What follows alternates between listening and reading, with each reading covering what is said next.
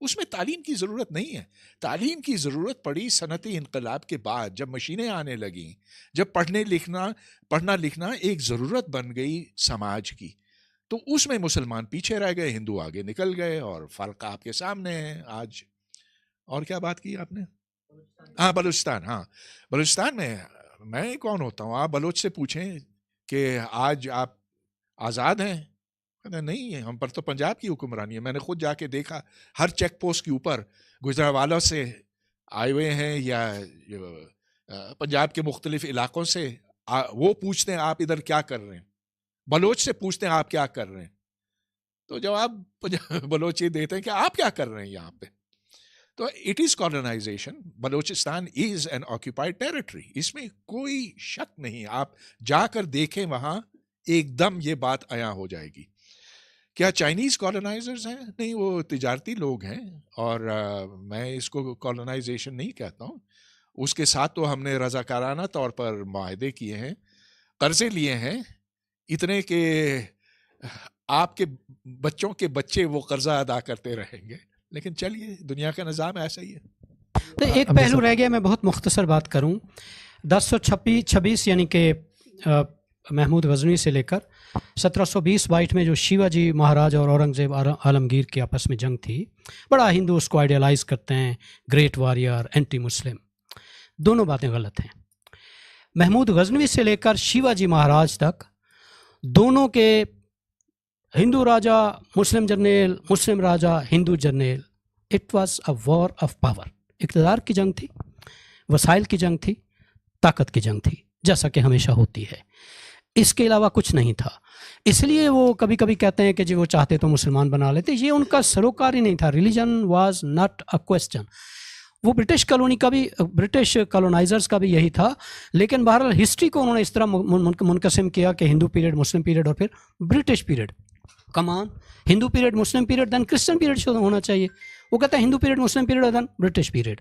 تو وہ ڈیوائڈ اور آئیڈینٹیفیکیشن کے تناظر میں انہوں نے مطلب اس طرح ڈیفائن اور ری ڈیفائن کیا کہ ہم اب تک پنپ نہیں پائے اس سے. تو اس سے پنپنے کے لیے آپ کو چاہیے کہ ہماری ایجنسی کو ایوالو کریں، اس کو امپاور کریں، اس کو اسٹرنگتھن کریں، اس کو وے آؤٹ دیں. بالکل صحیح کہا انہوں نے. یہ طاقت کا کھیل تھا. مغلوں نے ہندو عورتوں کے ساتھ شادیاں کی. جو مغل بادشاہ جو ان کے جانشین پیدا ہوئے، ان کی مائیں ہندو تھیں. تو اب وہ کیوں کرتے تھے؟ اس لیے کہ حکمرانی میں آسانی ہوتی ہے. آخر یہ جو طاقت کا کھیل ہے، یہ تو ہمیشہ سے چلا آ رہا ہے. ولیم فریزر کی 10 ہندوستانی بیویاں تھیں 1835 میں. یہی صورتحال تھی. ان کی بہت ساری اولاد ہے. یہی سلسلہ چل رہا تھا. ان کا بھی تھا. ہمیں پتہ ہی نہیں ہے کہ انٹرمنگلنگ وہاں کس حد تک تھی وغیرہ وغیرہ. چلیں بات ادھر نکل. اور اس میں جیسا آپ نے کہا کہ ایجنسی کو امپاور کریں، تو وہ میرا مطلب وہ ہیومن ایجنسی ہے، کچھ اور گھی کی ایجنسی نہیں ہے، ہیومن ایجنسی ہے. جی مائک دیجیے، آپ کے پاس ہے. جی السلام علیکم سر. عامر بلوچ. میرا سر آپ سے یہ سوال ہے، لیوپارڈ 2 پہ آپ نے تھوڑا زور دیا، تو بیلجین نے ریسنٹلی سوری کیا ہے کانگو کو، آئی تھنک. اس طرح کی اپالوجیز بڑی نائیو اپالوجیز ہیں. اس میں بھی ان کا انٹرسٹ پہ نہ ہوتا ہے. ویسے تو آسٹریلیا نے اپالوجائز کیا ہے، کینیڈا نے بھی اپالوجائز کیا ہے. فرسٹ نیشن کی اب بھی جو صورتحال ہے جا کر دیکھیں. ساؤتھ افریقہ کو جا کر دیکھیں، صرف یہ نہیں لکھا ہوا بلیکس اینڈ ڈاگس کی ناٹ انٹر. اور یہ ہے کہ سمبولیکلی پاور جو ہے وہ بلیکس کے پاس ہے. تمام انڈسٹری، تمام لینڈ، تمام ریسورسز، تمام بیوروکریٹک پاور اب بھی وائٹس کے پاس ہے. اتنا نائیولی اس کو نہیں دیکھنا چاہیے. ڈاکٹر صاحب یہ بڑی ٹیڑھی کھیر ہے اور یہ بہت گہری ہے. تو یہ بیوروکریسی، ملٹری انڈسٹری سر پاکستان میں کس کے پاس ہے؟ آپ کو نہیں لگتا ہے ان کو بھی سوری کرنا چاہیے کچھ صوبوں کو؟ نہیں، ان کو تو ویسے اپنی عوام سے اپالوجائز کرنا چاہیے نا. ڈیفینیٹلی کرنا چاہیے، کیوں نہیں کرنا چاہیے.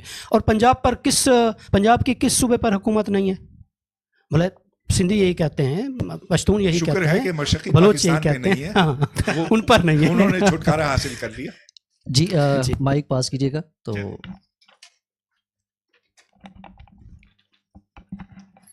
ان کے بعد آپ کا سوال. اچھا جی، مجھے ایسا لگ رہا ہے کہ یہ ان لرننگ کلونیلزم پہ ہم ان لرن نہیں کر سک رہے ہیں اس کو، کیونکہ ہم دوسرے ڈائریکشنز، کیونکہ اور اس کی وجوہات ہیں کہ ہم سائنس اور نو سائنس اس میں پھنس جاتے ہیں، یا ہم اور چیزوں میں چلے جاتے ہیں.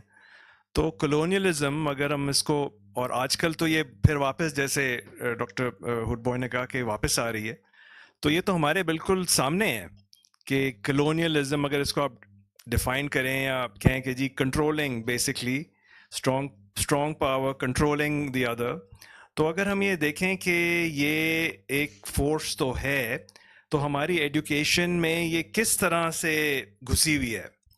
اور کیونکہ ایک یہ گھسی ہوئی تو ہے جس کی وجہ سے اگر آپ کہیں کہ جی جیسے ہمارا ایجوکیشن سسٹم ہے وہ ڈیوٹیفل اوبیڈینٹ امپلائیز اگر کریٹ کر رہا ہے, تو اس میں وہی کنٹرولنگ, بینگ کنٹرولڈ کی ایک ولنگ ٹو بی کنٹرولڈ کی ایک سائیکالوجی ہے جس میں وہ جا رہی ہے.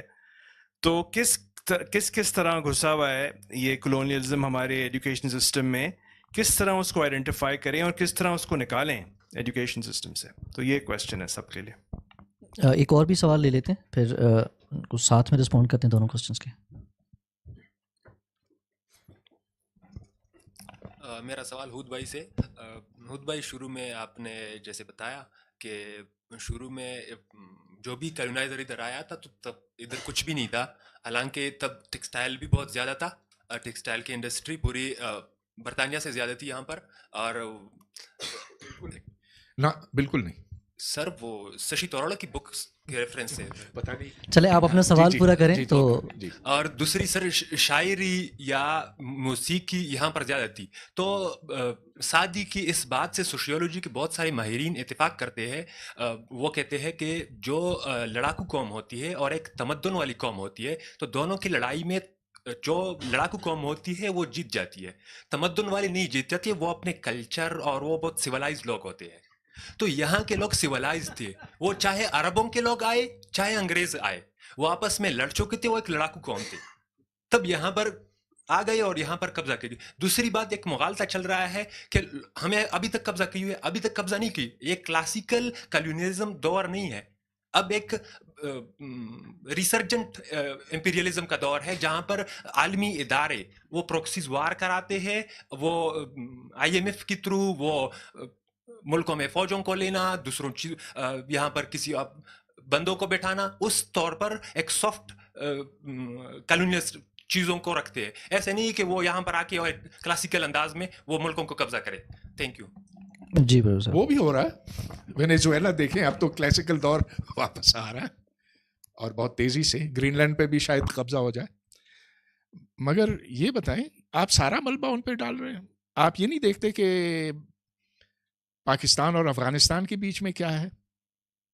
یہ ان کا قصور ہے یا ہمارا کہ ہم نے جس حکومت کو بٹھایا وہاں, سن لیجئے, آج وہ ہمارے جانی دشمن بنے ہوئے ہیں اور آج ہم ہر ایک کے اوپر اس کا ملبہ ڈال رہے ہیں. ہم کہہ رہے ہیں کہ یہ فتنہ الہندوستان ہے یا فتنہ الخارج ہے, جبکہ یہ وہ ڈفر جرنیل ہیں جنہوں نے یہ کام کیا, خود کیا. اب آپ برطانیہ کو اس میں قصوروار ٹھہرائیں گے؟ اب میں پہلے سوال کی طرف آتا ہوں.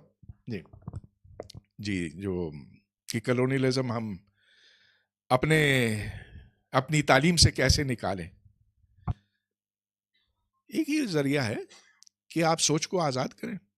آپ یہ دیکھیں کہ آپ اسٹوڈنٹس کو یہ باور کرائیں کہ وہ کرو جو ہمارے اجتماعی مفاد میں ہے. میرا مطلب یہ جو اس ملک, اس خطے کے مفاد میں ہے.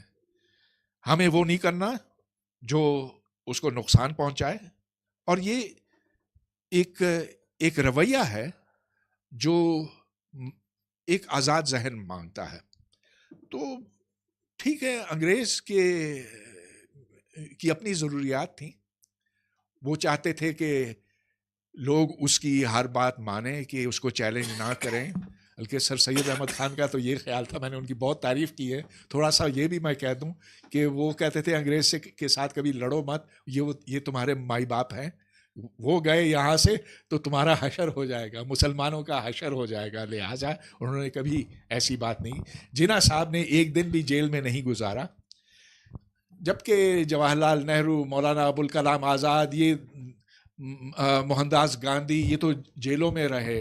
باچا خان جیل میں رہے, لیکن یہ کبھی جیل نہیں گئے کیونکہ ہم نہیں چاہتے تھے کہ ہمارے مائی باپ جو ہیں، ان کے مائی باپ جو ہیں وہ جائیں واپس. تو اب اس کو کیسے نکالا جائے؟ We have to get it out individually from each one of us. Look at our benefits. اور دیکھیے اب زمانہ آ گیا ہے آرٹیفیشل انٹیلیجنس کا، انٹرنیٹ کا، تو چلے گا ہمیشہ کے لیے. تو ہم معلومات اپنے طور پر تو حاصل کر سکتے ہیں نا. اب کوئی ہمیں نوالے بنا کر اگر کھلائے تو ہم جا کر اس کی سچائی کو جانچ سکتے ہیں اگر چاہیں تو. تو یہ رویہ پیدا کرنا ہے ہمارے طالب علموں میں کہ وہ جا کر سوال کریں اور پوچھیں اگر یہ بات سچی ہے تو پھر کیا کوئی دوسرا نقطۂ نظر ہے بھی کہ نہیں.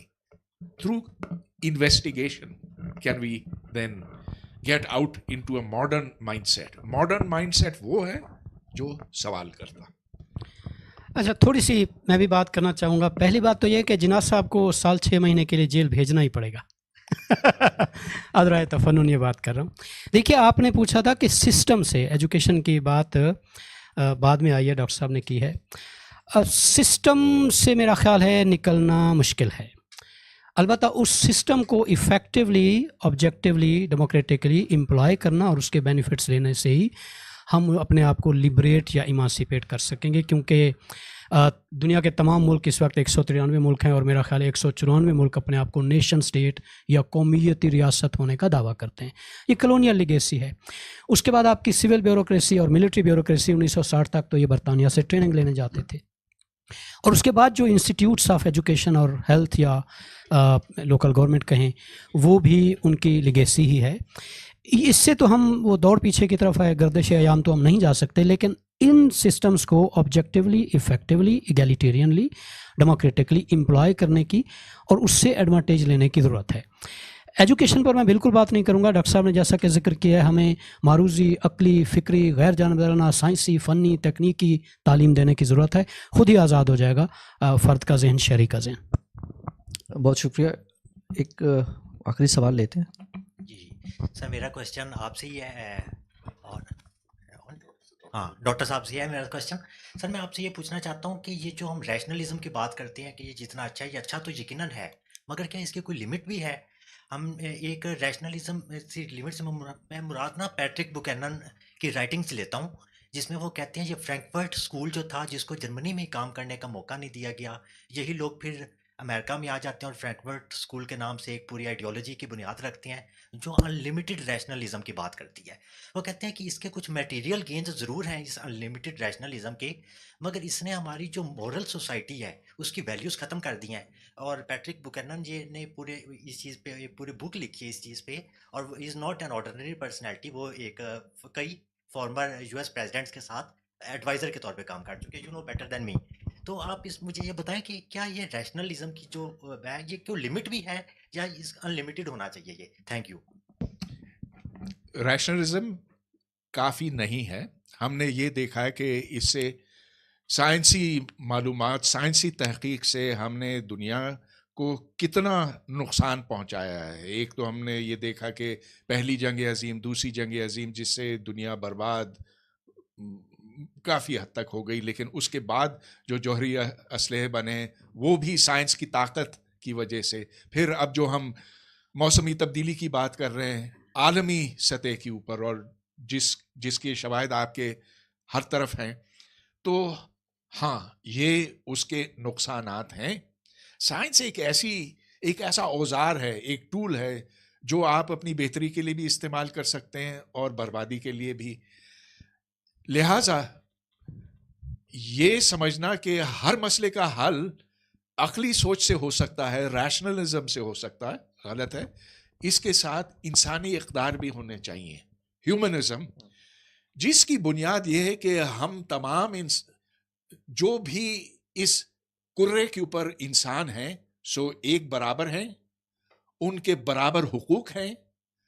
اس میں آپ فرق نہیں کریں گے کہ اس کا رنگ کیا ہے، اس کا قد کیا ہے، اس کی نسل کیا ہے، بلکہ اب سائنسی تحقیق آپ کو یہ بتا رہی کہ ہم سب کی نسل ایک ہے، کہ ہم افریقہ سے آئے تھے 80,000 سال پہلے، یہ جو اپنے آپ کو سید کہتے ہیں, یہ جو اپنے آپ کو برہمن کہتے ہیں, وہ تھے ادھر ہی کے, اور پھر حالات نے, ماحول نے ان کو بدلا, اور ایک انسانیت آج بنی ہے, ہیومینٹی بنی ہے. تو اگر یہ چیز ہم اپنا لیں اور اس کو سب سے بڑی قدر سمجھیں, ویلیو سمجھیں, تو پھر شاید انسانوں کے بچنے کی کچھ امید ہو سکتی ہے. نہیں تو میں سمجھتا ہوں کہ ہمارا مستقبل بہت تاریک ہے. اب جیسا کہ ادھر ٹرمپ آ گیا ہے, ادھر پوٹن ہے, اور چائنا آگے چل کر کیا کرے گا, دنیا کا اب ایک اور بٹوارا ہو رہا ہے. تو بہت مشکل زمانے مجھے نظر آ رہے ہیں آگے, اور اس سے بچنے کا یہی ہے, ایک عالمی سوچ, بیکم اے ورلڈ سٹیزن. ایک بالکل آخری سوال لیتے ہیں, پھر آپ ساتھ کائنڈلی رسپونڈ کیجیے گا. جی پلیز. میں نے کہا ادھر نریندر مودی ہے, میں صرف یہ کہنا چاہ رہا تھا. وہ چھوٹا ہے نا, یہ تو بڑی طاقتوں میں نہیں. صحیح ہے سر. میں چاہوں گا کہ ٹینجیبل ٹرمز میں نالج اور ایجوکیشن کا جو کولونیلزم کا جو بیگیج ہے, اس میں کوئی بتایا جائے کہ 75 سالوں میں آج ہم انگریز کے اوپر یہ بات کیوں کر رہے ہیں, کہ کون سی ایسی چیز ہے کہ جو ہمیں روک رہی ہے تعلیم کو بہتر کرنے کے لیے. تعلیم کے لیے 3 بڑے مسائل ہیں. آپ اپنا جو کریکولم ہے اس کو بہتر کر لیں. دوسرا ہمارا, جس طرح آپ نے اس کے اوپر روشنی ڈالی, کاز اینڈ ایفیکٹ, جو ہمارا مذہبی ایک وہ ہے کہ ہم سمجھتے ہیں کہ سب چیزیں, تو وہ ایک اس کو بہتر کرنے کی ضرورت ہے. اور تیسرا آپ کا جو اکانومی, معاشی جو حالات ہیں, وہ بھی اس میں بہت بڑا ایک رول پلے کرتے ہیں, کہ آپ کے معاشی حالات جب تک ٹھیک نہیں ہوں گے, اور نوکری کے لیے ہی لوگ تعلیم حاصل کرتے, تو ان تینوں میں کالونیلزم کہیں پہ بھی آج وہ رول پلے نہیں کر رہا. تو ٹینجیبل ٹرمز میں نالج اور ایجوکیشن کوئی ایسا ایلیمنٹ سوائے لینگویج, جو کہ جس پہ آپ نے کہا کہ شروع میں شاید وہ کیا کہتے ہیں انگریزی زبان کے اوپر جو بات ہوئی, اس کے علاوہ کون سا ایسا ایلیمنٹ ہے کہ جس کو ہم سمجھتے ہیں کہ وہ ہماری آگے بڑھنے کی یا اس کو پروگریس میں رکاوٹ کا سبب بن رہا ہے؟ جی بہت شکریہ میم. اگر آپ اس پہ رسپونڈ کریں پھر پرویز صاحب. نہیں, جو لینگویج کے حوالے سے جو بات ہے کہ لینگویج کی ہیجمنی تو ہے یہاں پر بہت زیادہ جو ہے نا ابھی تک, it's part of the legacy, لیکن that is not the only thing. بات یہ ہے کہ ہمیں جو انلرن کرنا ہے کلونیلزم کو, کہ کلونیلزم کی جو ان کی کیا مقاصد تھے یہاں پر وہ لے کر آنے کی. ان کرنٹ ٹرمز ہم اس چیز سے کافی آگے نکل گئے ہیں, لیکن اس وقت کی جو پریزنٹ گورنمنٹ ہے وہ نظام تعلیم کو کس طرح سے آگے لے کر جانے کی کوشش کر رہی ہے, اور وہ آگے اس کے کیا مقاصد ہیں آگے لے کر. کیا وہ ایک سٹیزن بنانا چاہ رہی ہے جو کتابیں ہیں, یا وہ کیا وہ سٹیزن بنانا چاہ رہی ہے جو کہ اپنی فریڈم آف تھاٹ اور اپنی سائنٹیفک انکوائری کے اوپر بیس کر رہے چیزوں کو. تو یہاں پر جو ہے مائنڈ سیٹ کا مسئلہ ہے بیسکلی. تو کلونیلزم نے جو اسٹرکچرس جو کھڑے کیے ہیں وہ آپ کے لیے ایک ایمٹی ویسلس کے طور پر ضرور انہوں نے کھڑے کر دیے ہیں, اور یہاں پر جو اسٹیٹ جو آ رہی ہے, جو گورنمنٹس جو آ رہی ہیں, جو اپنے مقاصد لے کر آ رہی ہیں, وہ ان کو ٹولس کو کس طرح سے استعمال کرتی ہیں, تو اس میں لیسنس لرن کرنے کی ضرورت ہے ہمارے لیے. بہت شکریہ. اور آپ تمام, اور جی بالکل معذرت کے ساتھ, برٹن رسل سے کسی نے پوچھا کہ آپ نے علم و تعلیم کہاں سے حاصل کی, تو انہوں نے کہا میں نے اسکولوں کو کبھی اپنی علم و تعلیم پر اثر انداز نہیں ہونے دیا. نالج اور اسکولنگ یا ایجوکیشن 2 مختلف چیزیں ہیں. نالج یا علم اسے کہیں, اس کے 3 ذرائع ہیں, آبزرویشن یا مشاہدہ, اس کے بعد ہے آپ کا ایکسپیریمنٹیشن یا تجربہ یا تجربیت جسے آپ کہیں, اور تیسرا ہے ویلیڈیٹی, یعنی اس کی تصدیق کی جائے کہ یہ بات درست ہے, وہ بغیر کسی اسکول کے کالج کے نظام کے ہو سکتی ہے, ہوتی رہی ہے, چاہے وہ تھوڑا بہت مسلم نظام تعلیم ہو یا مسلم ماہرین ہوں یا برطانوی یا مغربی ماہرین ہوں. اب آتے ہیں اسکولنگ پر. ہمارا مسئلہ اسکولنگ کا ہے, کیونکہ اسکولوں میں وہی وہ قومی ریاست اور اس کے جو مقاصد ہیں, ہم سمجھتے ہیں کہ علم اور تعلیم غیر سیاسی ہوتا ہے,